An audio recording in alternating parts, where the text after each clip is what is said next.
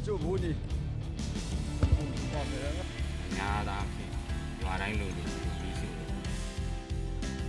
미얀마 정부군이 지난 28일 강도 7.7의 강진이 발생한 이후에도 반군을 상대로 3차례 공습을 벌였습니다.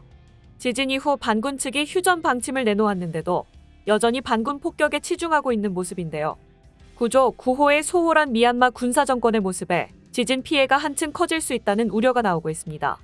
31일 외신에 따르면 미얀마 정부군은 지난 28일 규모 7.7의 강진이 중부 일대를 강타한 이후에도 반군을 상대로 3차례 공습을 실시했다고 민간 지원단체 자유버마레인저스 설립자 데이브 유뱅크가 밝혔습니다.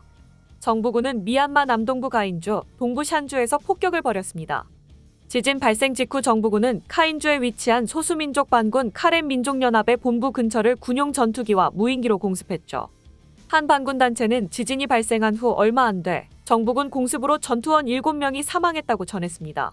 카렌 민족연합은 지진으로 주민들이 고통받고 있는데도 군사정권이 민간인 거주 지역을 표적으로 공습하고 있다며 국민을 공격하기 위해 군대를 배치하는 데 집중하고 있다고 비판했습니다.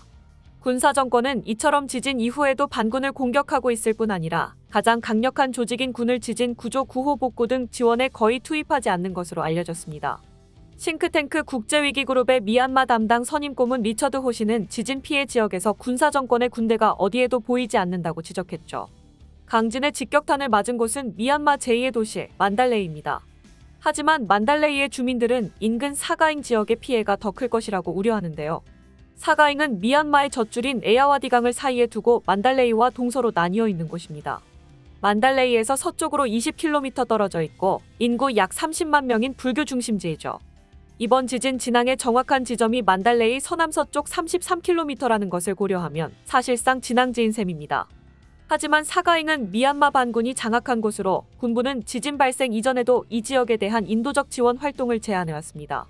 지진 이후에도 여전히 이 지역을 겨냥한 공습을 멈추지 않고 있죠. 외국인 출입도 제한되어 외신이나 구호단체가 접근하지 못해 제대로 된 피해 상황조차 외부로 전달되지 못하는 실정입니다. 군사정권이 오히려 이번 참사를 내전에 이용하려 한다는 관측도 나왔는데요.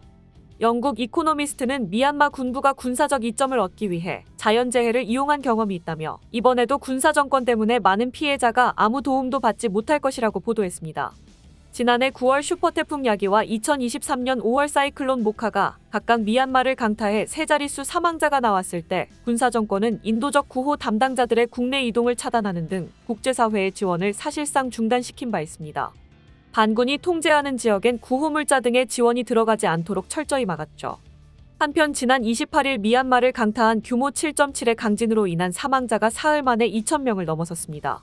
열악한 현장 상황으로 구조 작업이 더디게 진행되는 가운데 매몰자들의 생존을 기대할 수 있는 골든타임인 72시간을 넘기며 사망자는 더욱 늘어날 것이라는 우려가 커지고 있습니다.